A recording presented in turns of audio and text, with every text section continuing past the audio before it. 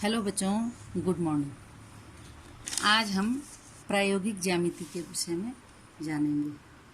प्रायोगिक ज्यामिति में आपके पास है चतुर्भुज, चतुर्भुजों की रचना करना। चतुर्भुज का मतलब है चार भुजाओं से घिरी हुई आकृति। वो वर्ग भी हो सकता है, आयत भी हो सकता है, समांतर चतुर्भुज है, समलंब चतुर्भुज है। तो हमने जो है चतुर्भुजों की रचना करनी है। तो सबसे पहले हम चलते हैं इसकी प्रश्नावली 4.1 में। तो इसमें देखो, पहला प्रश्न है कि निम्नलिखित चतुर्भुजों की रचना कीजिए। तो इसमें उन्होंने एक चतुर्भुज की रचना हमने करनी है ABCD, जिसमें AB बराबर 4.5 सेंटीमीटर, BC बराबर 5.5 सेंटीमीटर, CD बराबर 4 सेंटीमीटर, AD बराबर 6 सेंटीमीटर और AC बराबर 7 सेंटीमीटर है। तो अब बच्चों देखो, मैंने ये कॉपी में लिख लिया है कि उन्होंने क्या क्या माप दे रखी है। तो जब हम चतुर्भुजों की रचना करते हैं तो चतुर्भुजों की रचना हम तभी कर पाएंगे जब उसमें क्या क्या माप हमें दी गई होगी।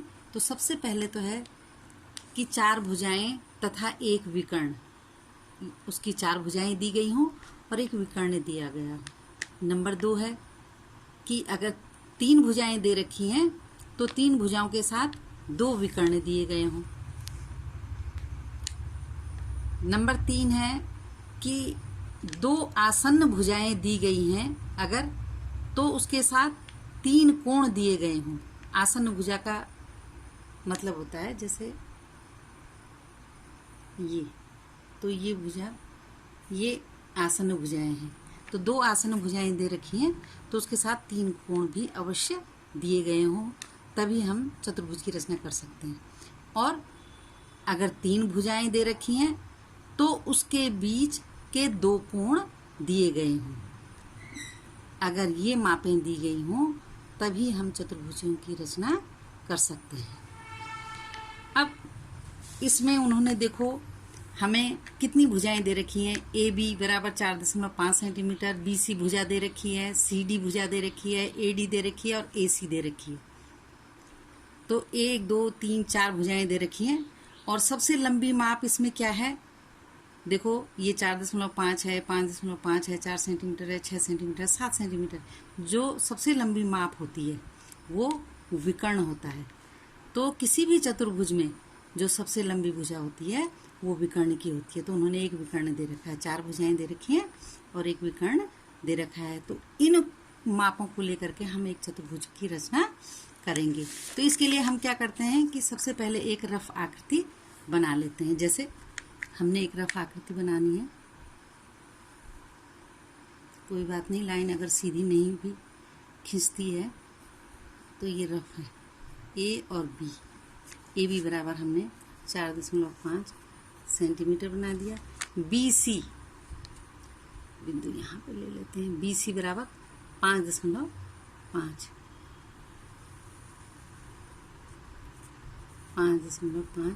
सेंटीमीटर BC भुजा बना दी हमने। CD बराबर 4 सेंटीमीटर यहाँ पे ले लेंगे। 4 सेंटीमीटर की ये भुजा CD बना दी हमने। और AD, A और D, ये कितनी है, 6 सेंटीमीटर की भुजा, और हमने 6 सेंटीमीटर की ये भुजा बना दी है। अब है AC, A और C, ये कितने सेंटीमीटर है, 7 सेंटीमीटर। इस प्रकार हमने एक इसकी रफ आकृति बना दी। अब हम अपनी स्केल में प्रकार की सहायता से, पटरी की सहायता से हम चतुर्भुज की रचना करेंगे। तो बच्चों सबसे पहले हम क्या करते हैं कि हम AC 7 सेंटीमीटर की एक रेखा खींच लेते हैं। ये मेरे पास पटरी है, मैंने सबसे पहले एक AC रेखा, पेंसिल की नोक पॉइंटेड होनी चाहिए जिससे कि हम आसानी से माप ले सकें। AC रेखा, ये देखो यहाँ पे दिखाओ, 7 सेंटीमीटर, 7 सेंटीमीटर हमने AC रेखा खींचनी है। पहले हमने बिंदु लगा दिया और उसके बाद हमने ये रेखा 7 सेंटीमीटर की रेखा हमने खींच ली। ये AC, इसकी लंबाई लिख देंगे हम 7 सेंटीमीटर रेखा खींच ली। ठीक है। अब जो है, अब हम देखते हैं यहाँ पे AB बराबर 4.5 सेंटीमीटर है और BC बराबर 5.5 सेंटीमीटर है।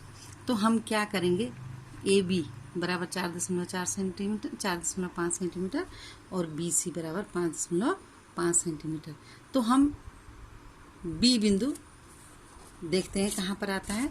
तो पहले हम A से 4.5 सेंटीमीटर का एक की दूरी लेकर के एक चाप बनाएंगे। तो हम प्रकार को इस तरीके से पकड़ के 4.5 सेंटीमीटर, देखो 4 ये है और इससे आगे 4.5 सेंटीमीटर है।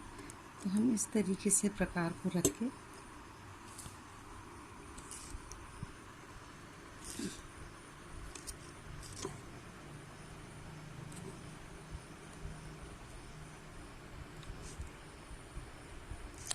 ये 4.5 सेंटीमीटर की दूरी हमने ले ली है और 4.5 सेंटीमीटर की दूरी ले करके हमने एक चाप बनाना है।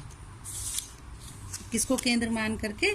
A को केंद्र मान करके। तो बच्चों, जो कुछ भी मैं बोल रही हूँ वो चतुर्भुज की रचना है, वो तुमने लिखना है, वही उसकी रचना होगी, वो आपने लिखते जाना है। जो मैं बोल रही हूँ, जिस तरीके से मैं बना रही हूँ, वही चतुर्भुज की रचना होगी। तो A को केंद्र मान करके हमने 4.5 सेंटीमीटर दूरी का एक चाप बनाया। A से यहाँ तक की दूरी 4.5 सेंटीमीटर है।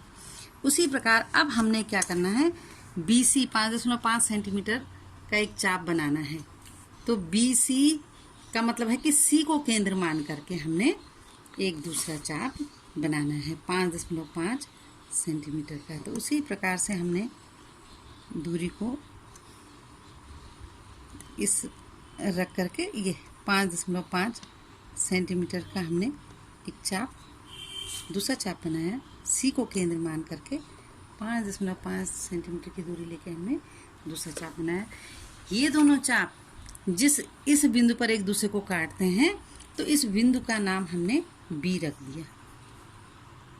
ये बिंदु, इस B बिंदु से A बिंदु की दूरी 4.5 सेंटीमीटर है और इस B बिंदु से C बिंदु की दूरी 5.5 सेंटीमीटर है। अब हम इन दोनों बिंदुओं को मिला देते हैं। देखो, ये 5.5 सेंटीमीटर है B बिंदु से C बिंदु की दूरी, और B बिंदु से A बिंदु की दूरी 4.5 सेंटीमीटर है।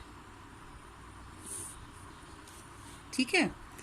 अब A और B 4.5 सेंटीमीटर लिख देंगे और B और C की लंबाई 5.5 सेंटीमीटर लिख देंगे।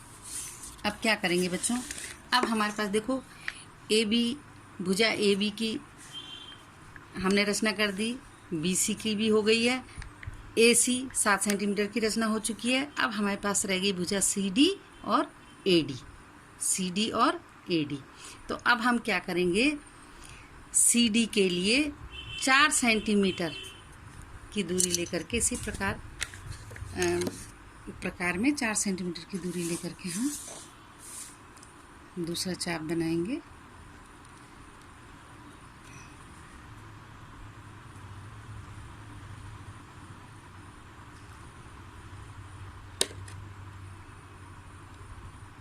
चार सेंटीमीटर की दूरी ले ली हमने। C को केंद्र मान करके, CD है, C को केंद्र मान करके हमने जो है 4 सेंटीमीटर की लंबाई का एक चाप बना दिया। देखो, ठीक है। अब AD बराबर 6 सेंटीमीटर। अब हमने A को केंद्र मान करके